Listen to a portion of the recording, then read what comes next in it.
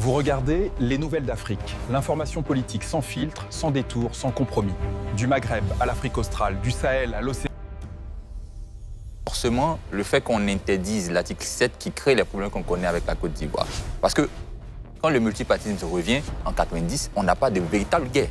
C'est beaucoup plus tard qu'on aura ces conflits-là, qui naissent à cause de la question de la succession, qui est carrément éloignée de la question de l'existence des partis politiques. Et cette succession, d'ailleurs, c'est à l'intérieur du même parti politique qui a géré le pays depuis un bon moment, le PDC-RDA.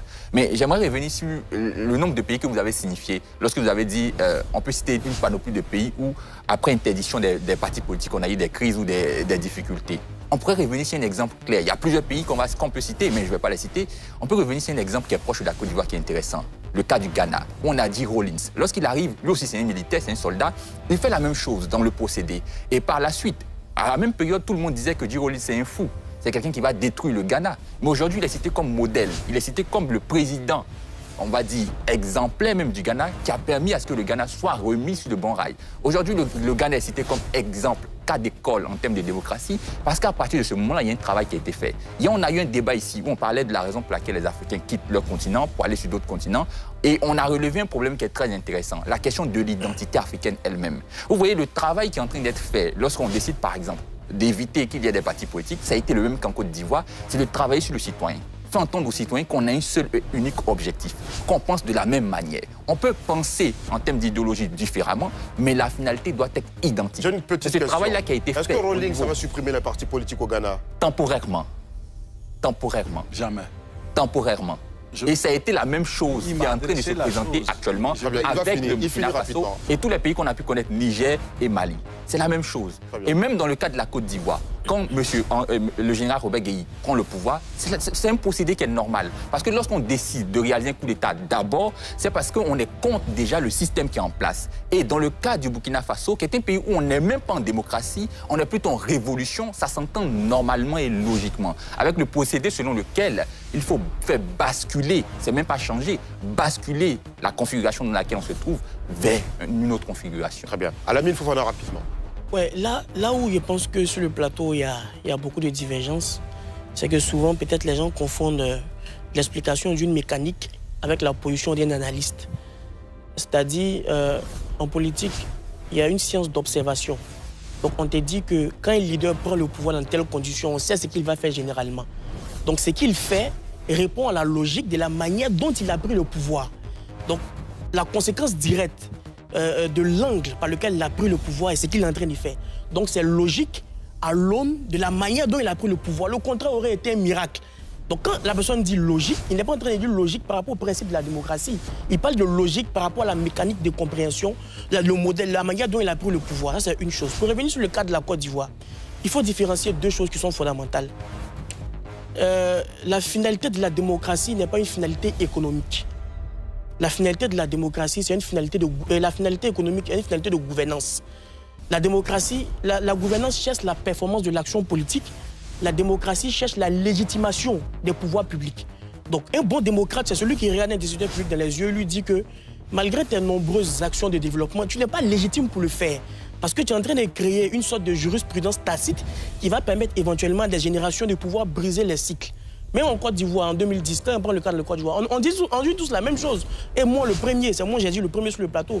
Quand Joseph a parlé de miracle économique en 90, je lui ai dit quelque part, on peut trouver les bris de ce prétendu miracle économique qui a conduit aussi à la crise. Mais le cas est différent, je le rejoins dans un sens parce que en ce même moment, en 2010, la Côte d'Ivoire, le budget de la Côte d'Ivoire en 2010 est 2500 milliards. Donc c'est plus que le budget du Mali, c'est plus que le budget du Sénégal, du Burkina, autant pour moi. Donc pour dire que les pays peuvent connaître des ruines, mais ils n'ont pas les mêmes niveaux de ruines. Très bien. Vous voyez. Et puis, d'un point de vue ontologique, citez-moi une seule nation qui ne soit pas passée par ce genre d'épreuve. Donc c'est-à-dire finalement, moi j'ai l'impression que même la guerre, quand on a conduit en Côte d'Ivoire ici en 2010, je ne pense pas que les Ivoiriens auront compris ce qu'ils ont compris en 2026, nous de cette guerre. Mais on ne crée pas les auspices de la création de cette guerre-là. Donc pour moi, il faut faire cette différence-là. Très bien. Je termine sur ça, la conclusion, c'est que la démocratie, tant que les dirigeants vont tordre le cou à la démocratie, ils ne pourront jamais inscrire leur pays dans un processus de développement durable, qui est la capacité de pouvoir développer actuellement sans compromettre la capacité des générations futures à procéder au leur. Merci beaucoup, C'est la Alamine position Fofana. qui est claire. Docteur Kamena, qu'on n'a pas entendu depuis un moment. Juste une chose. Dites-nous. En matière de gouvernance, il y a un principe. Lorsque, peu importe le mode de gouvernance qui est choisi, lorsque vous stabilisez la vie des individus, surtout de la population, vous stabilisez le territoire. Je constate qu'on est en train de parler du Burkina, et le Burkina continue d'être attaqué par des terroristes parce que ces personnes qui attaquent ont des bonnes raisons d'attaquer, ont des bonnes raisons de se sentir dans le courant terroriste. Donc ça nourrit une partie de la population. C'est pourquoi je pars du principe que, dans certaines mesures, je rejoins Cheikh. Pourquoi? Parce que dans les obstacles qui sont donnés, il y a la forme de construction de ce que j'appelle la citoyenneté, la dimension d'appartenance et la dimension de reconnaissance. À quel moment on vous donne deux options? Vous vous reconnaissez dans un modèle terroriste ou vous vous reconnaissez dans un modèle qui vous opprime? C'est à vous de choisir. Donc, à partir de ce moment-là, je questionne le modèle qui est capable de stabiliser les populations et de leur donner l'opportunité de manifester ce qui sont en réalité les citoyens. Ça fait 2 fois que ça revient, ça je vais le questionner tout à l'heure. Vous aurez la latitude d'intervenir tout à l'heure. Permettez à Mohamed Nour Diarrassouba, qui depuis un moment n'a pas parlé. Non, je vais être rapide pour lui permettre de parler. On assiste à une nouvelle équation politique et démocratique au niveau des pays de l'AES. Après, moi, je vais parler différemment par rapport à tout ce que vous dites. Moi, je vais parler d'un point de vue depuis la Côte d'Ivoire. Dites-nous. Les questions qu'on peut se poser. Aujourd'hui, on veut une région qui soit un peu plus stabilisée. Et donc, avec cette décision-là, ces décisions qui ont été prises dans les 3 pays, je pense que la démocratie est déjà affaiblie. Donc, si la démocratie est affaiblie, c'est la stabilité qui est affaiblie. Et j'ose craindre un peu pour la sécurité sous-régionale, pour l'économie également sous-régionale, et aussi pour une pression migratoire aussi au niveau sous-régional. Donc, on ne peut qu'espérer que tout se passe bien. Je ne veux pas forcément revenir sur le débat de ce qui va se passer après. Moi, je me projette un peu vers l'avant en espérant que tout peut se résoudre le plus tôt possible pour l'Afrique. Cheikh Oumar Doumbia, il nous reste 2 minutes avant de fermer cette émission. Première des choses, je suis stupéfait parce que d'habitude, Josias a des analyses suffisamment pointues pour me dire que le parti unique qui ensuite, par implosion intérieure, conduit à une crise nationale, n'est pas fautif de cette crise nationale.